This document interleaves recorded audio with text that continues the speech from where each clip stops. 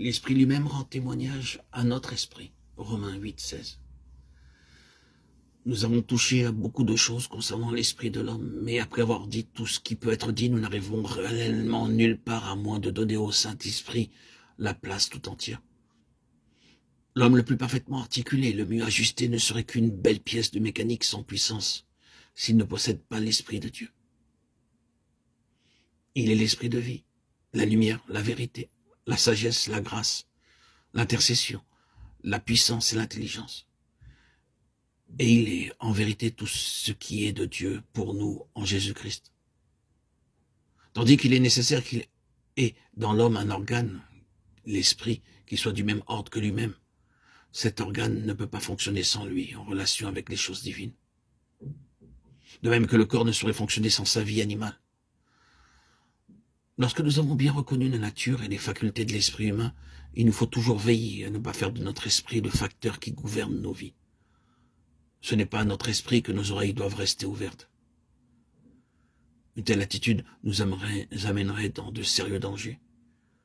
Il nous faut demeurer en Christ et non pas vivre dans notre propre esprit.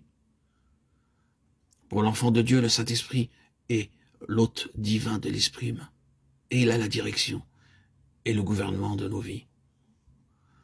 Nous n'échapperons pas aux troubles et à la confusion si nous faisons une sphère de vie et si nous prenons nos décisions en dehors du Seigneur lui-même. Il y a plusieurs questions en relation avec le Saint-Esprit qui sont très vitales pour qu'une vie ait une réelle mesure de plénitude. L'une de ces questions est celle de la nature corporative de l'onction et de l'opération de l'Esprit.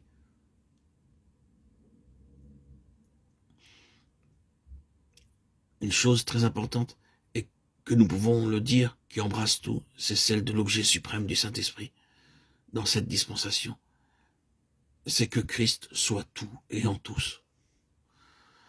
La Pentecôte a été un mouvement venant du ciel pour rendre réel et vrai dans des hommes et des femmes qui sont l'Église ce qui avait été fait dans le ciel.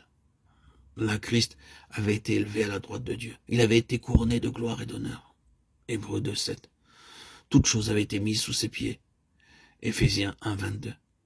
Il avait été établi comme le modèle de l'homme en pleine conformité avec la pensée et l'intention de Dieu. Cette élévation et cette installation devaient être la réalité qui devait gouverner tous les rapports de Dieu avec l'homme.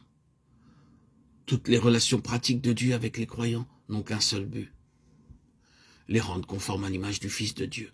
Romains 8, 29.